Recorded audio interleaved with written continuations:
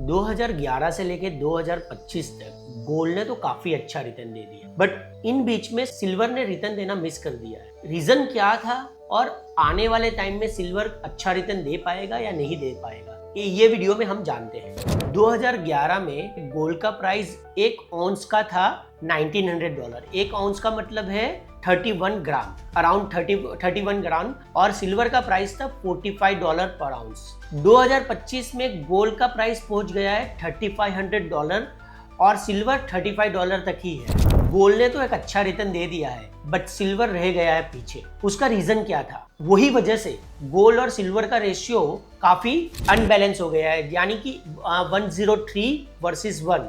यानी इसका मतलब है अगर आप 1 तोला गोल्ड खरीदते हो, 1 तोला में 10 ग्राम आते हैं, वैसे आप 103 तोला सिल्वर खरीद सकते हो, जो हिस्टोरिकल एवरेज 60 वर्सेस 1 का है, जो काफी ऊपर है। यहाँ से सिल्वर अंडर वैल्यूएशन है, तो यहाँ से सिल्वर में एक अच्छा रिटर्न हो सकता है।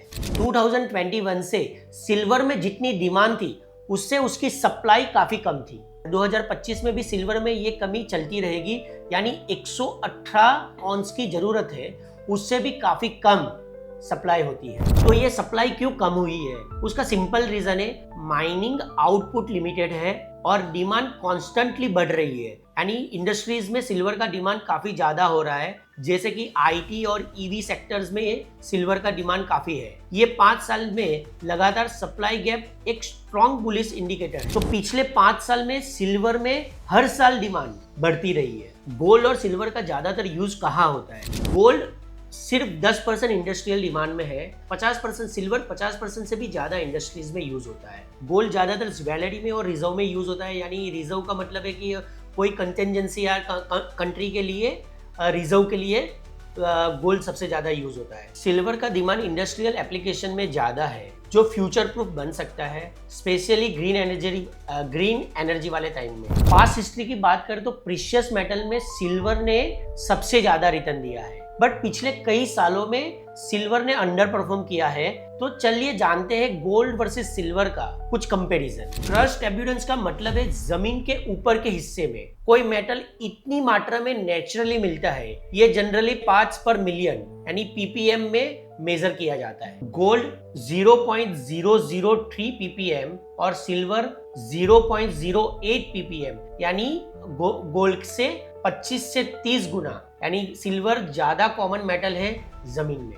एनुअल प्रोडक्शन की बात करें तो गोल्ड 3400 टन से भी ज्यादा होता है और सिल्वर 26,000 टन से भी ज्यादा, यानी गोल्ड से सिल्वर 7 गुना ज्यादा प्रोडक्शन होता है। Above ground stocks 2 lakh ton से भी ज्यादा है और सिल्वर 60,000 से 90,000 टन है, यानी सिल्वर काफी यूज हो चुका है। अब ग्राउंड लेवल पे जमीन के अंदर काफी कम स्टॉक बचा हुआ है। सिल्वर में अपॉर्चुनिटी ये है कि उसका रेशियो 103 वर्सेस 1 है, तो हिस्ट्री में रेशियो जब 100 के ऊपर गया है तो सिल्वर ने एक अच्छा रिटर्न दिया है। अगर रेशियो नॉर्मलाइज हो जाए यानी 60 वर्सेस 1 पे, तो सिल्वर का प्राइस बन सकता है यहाँ से $53 से $75 पर आउंस। अभी का प्राइस है $33, पोटेंशियल अपसाइड 100 तक हो सकती है। गोल्ड आज की तारीख में काफी इंपॉर्टेंट है, क्योंकि काफी सारी कंट्रीज और सेंट्रल बैंक अपने रिजर्व के लिए या करेंसी प्रिंटिंग के लिए गोल्ड को रिजर्व की तरह यूज करते हैं। सिल्वर का रिजर्व यूज 1920 में बंद हो गया था।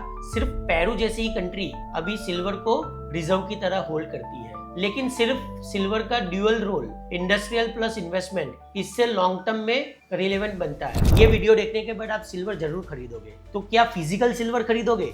ये कुछ सिल्वर ETF आपके साथ शेयर कर रहा हूँ, जिससे आप डीमैट अकाउंट से या म्यूचुअल फंड AMC से आप खरीद सकते हो, लमसम या SIP के रूप से। तो आपको क्या लगता है, दूसरी एसेट क्लास से सिल्वर अच्छा रिटर्न दे पाएगा? तो कमेंट करके आप जरूर बताइएगा। पूरे वीडियो को 4 लाइन में बताता हूँ। सिल्वर अभी अंडर वैल्यूएशन है compare to gold. Industrial demand बढ़ रही है, सप्लाई डेफिशिएट है, यानी डिमांड ज्यादा है, सप्लाई कम है। हिस्ट्री में प्रीशियस मेटल में सिल्वर ने सबसे ज्यादा रिटर्न दिया है। अगर आप गोल्ड में इन्वेस्टमेंट करते हो तो सिल्वर को अवॉइड मत करना, शायद अगला ब्रेकआउट सिल्वर का हो सकता है।